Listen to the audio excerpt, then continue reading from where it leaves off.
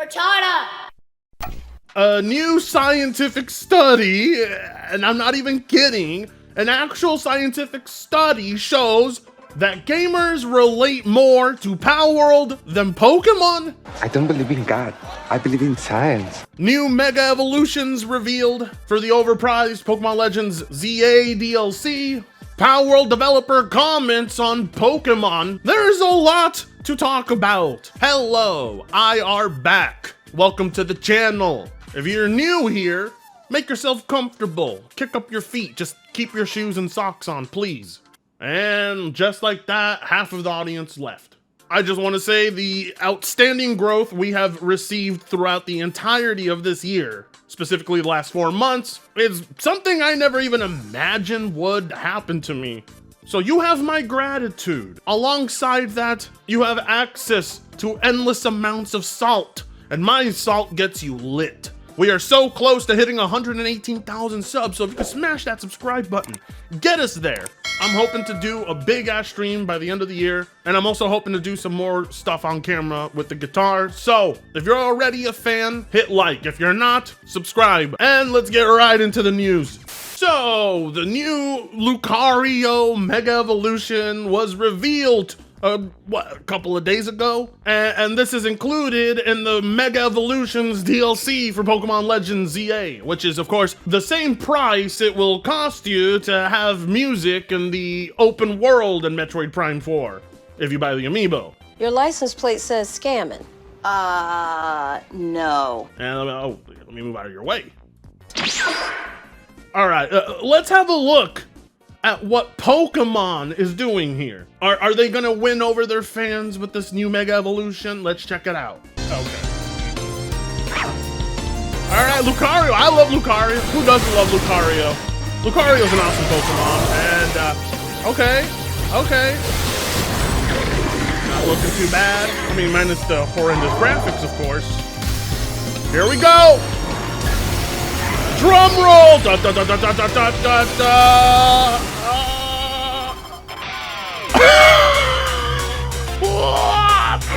Look how they massacred my boy. What am I even looking at? This is terrible! What? Hold on. Wait, we gotta pause it. We gotta pause this. Hold. What is that? What are those? Is that really the Mega Lucario? What is the sun? It looks like if Klonoa, I don't know if you guys ever played the Klonoa games on PS1 or PS2, but it literally looks like they turned Klonoa into a Pokemon. Only Klonoa actually looks cool. This looks gay. $30. You have to pay $30 for the grand privilege of butchering Lucario's design? Really? This is atrocious. What were they thinking? Somebody at Game Freak is on a lot of cocaine and needs help. I don't even know where to begin. The color palette choice is atrocious. This is proof that the Pokemon Company and Game Freak are creatively bankrupt. My God, every Mega Evolution I have seen, well, most of them have been a massive disappointment. And meanwhile, when I'm playing Digimon, I look forward to every new variety of a, actual Mega Evolution. What is that? What did they do to Lucario? Oh, God. There's 2 versions? I can't, they are actively ruining the design of Pokemon. Look at this crap. Those Mega Raichus look like ass. It's like they have no idea what they're doing. Hey, let's turn Raichu's tail into 2 giant butterfly wings, or let's put 2 atrocious, ugly-looking lightning bolts on his head. And then Lucario over here, they couldn't even be bothered to find a better color palette.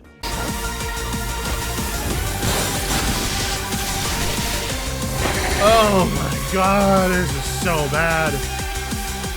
Paid DLC story content is scheduled for release on Wednesday, December 10th.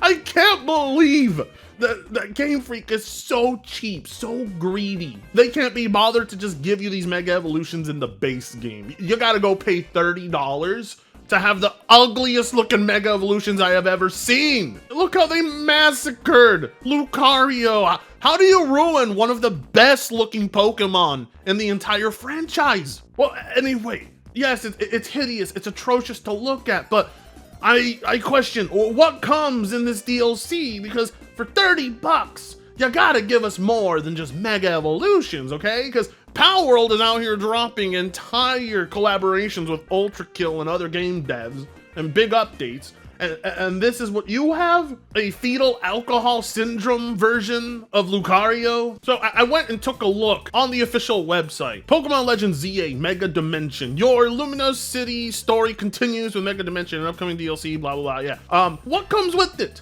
There's more to discover in Luminous City. Dive even deeper into the world of Pokémon Legends ZA with Mega Dimension. The DLC includes additional story content that you can experience after you complete the main story of Pokémon Legends ZA. I mean, it better come with more content, because the base game only has about, what, I think like 250 Pokemon? Well, I correct myself, 230. There's only 230 Pokemon in Legends ZA. And I guess Game Freak just thought to themselves, that's more than enough content. Now, all the other Pokemon that people really want, let's not include that and let's charge them separately for it. Strange occurrences in Luminous City, blah, blah. Spatial distortions have suddenly appeared throughout Luminous City. Wow, what a creative storyline. These distortions appear to connect to mysterious space, but the true nature of this strange phenomenon is unknown. It's up to you and your friend, Team MZ, to investigate. Encounter Pokemon, both new and familiar. So here's all the Megas so far revealed to us, and they're all fucking ugly. Like, what the fuck? Mega Mexico? They literally just put a sword on his back. This is so bad. They're not even trying with these designs. Oh my god, what is this? Okay. Mega Zerora, whatever. Okay, I mean, not too bad. This looks a lot like a very familiar pal from Palworld, but you know, I know the inspiration is the other way. Don't even get me started on Mega Chimico. This doesn't even look like a creature. There's your Mega Raichus and Mega Lucario. So you get 1, 2, 3, 4, 5, 6, 7 Mega Evolutions. And of course they require Mega Stones, so you're gonna need Nintendo Switch Online for that. And that's it. I mean, there's no explanation. Is there gonna be more places to explore? I guess so, with those portals or whatnot. I mean, none of it looks appealing. None of it looks like it's worth $30. I mean, you mean to tell me Game Freak was so lazy they couldn't include 7 Mega Evolutions in their base game? Of course it's not laziness, it's greed. Compared to what they're doing with Palworld, I question, why do you even exist anymore? I mean, in some ways, Game Freak is a lot like content creators on YouTube. Once they go creatively bankrupt, they really just start throwing shit against the wall, hoping anything sticks. And unfortunately for Pokemon, everything sticks. Well, anyway, I lack humility when it comes to mocking Pokemon and its fans. And yet, the Palworld developers are showing a lot more humility than I ever could. Since this new article was posted just 2 days ago, Palworld lead says a very story-based spin on the survival game is possible, as he knows a lot of creature collecting fans are used to story games, more like Pokemon. So we're gonna get a story-based spin-off game for Palworld? I mean, I am in. I'm 100% down. I would really love to see where they could take that story, because it's more mature themed. You know, there's guns, you can eat your own pals. There's potential. I'm not exactly sure how good they are in the writing department, but in the gameplay department, they are the tits. Pocket Pair publishing boss and Palworld designer John Buckley says that a more linear story-based take on the Palworld franchise could be explored in the future. Although I think Nintendo and Pocket Pair would rather it stop. It's impossible to talk about Palworld without Pokemon coming up, but when it does come down to it, the two games don't really have all that much in common outside of the creature collecting aspects. One is an open world survival crafting game, while the other is an RPG with a predefined arc, generally seeing you battle the gym leaders and become the Elite Four champion. Bucky recently asked Palworld fans what the one thing they would like to see added to the game would be. whether it be big or small, realistic or completely impossible. One user says that they would love to see the story and narrative elements added to the game,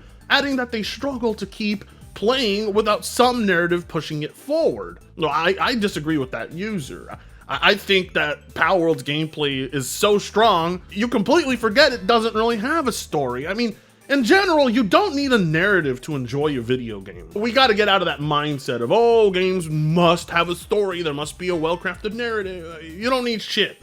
But I mean, if devs want to explore or experiment with it, then I guess it's fine. Bucky responds to this user saying that Palworld is a survival crafting game at its core. Palworld is ultimately a survival crafting game. I know a lot of creature collector fans are used to story games, but Palworld was never designed to be a linear narrative game. It's open-ended on purpose. However, it's not all bad news. As the franchise grows with spin-offs like Pal Farm, Bucky notes, perhaps in future, a very story-based Palworld can be made though. Of course, that ignores the existence of the Palworld dating sim.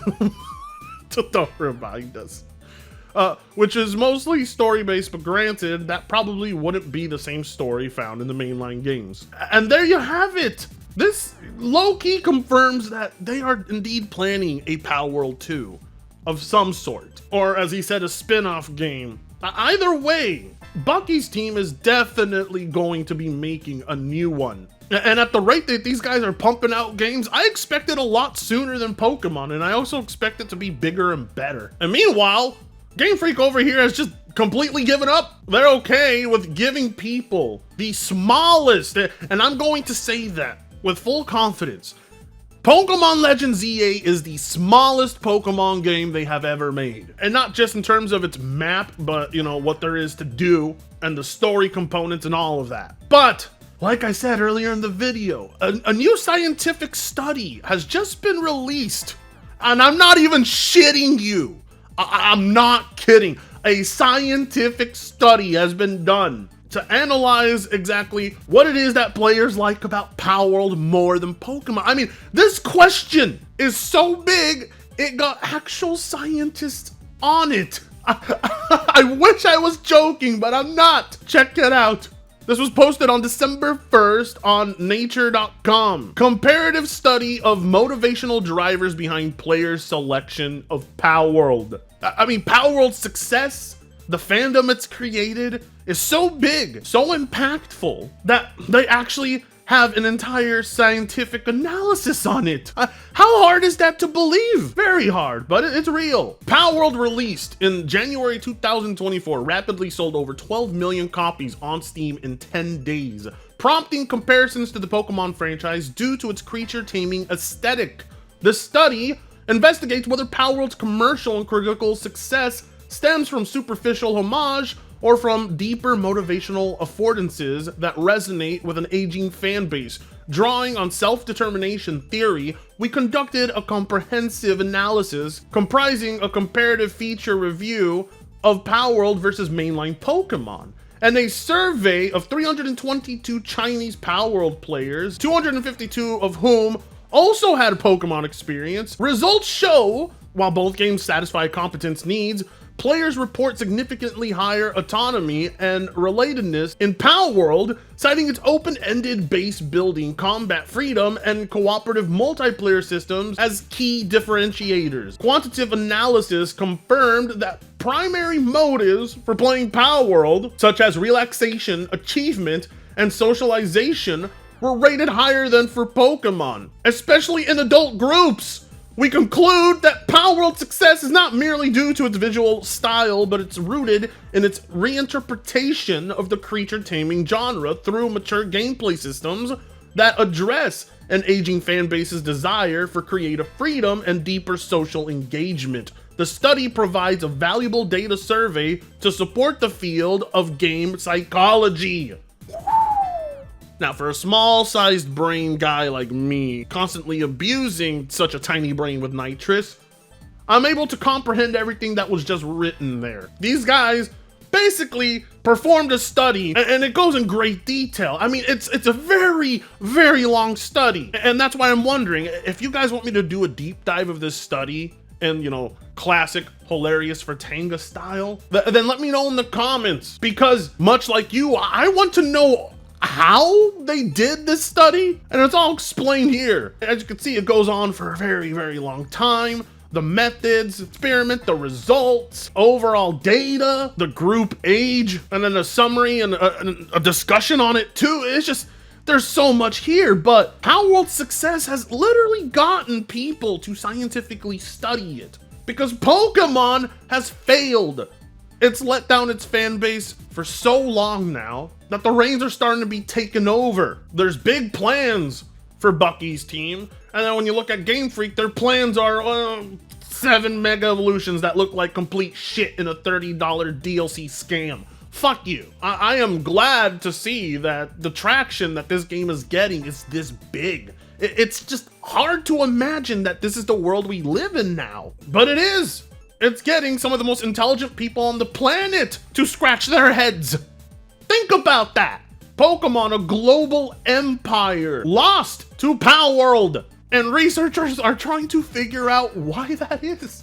But we all know why. I mean, if you're a gamer, it's not hard to know why. If you're an outsider, like the people researching here, then you're probably thinking to yourself, how is it possible that billion-dollar franchise lost to a game that looks like it was made on the budget of a shoestring? Who knows? I mean, this is unrelated to the Palworld lawsuit, but I found it quite interesting. I don't know how this news skipped me, but here I am to report it. Let me know if you want a deeper dive. Like, comment, share, and subscribe if you so choose to. With that being said, see you in the next video. Fritongo sucks ass.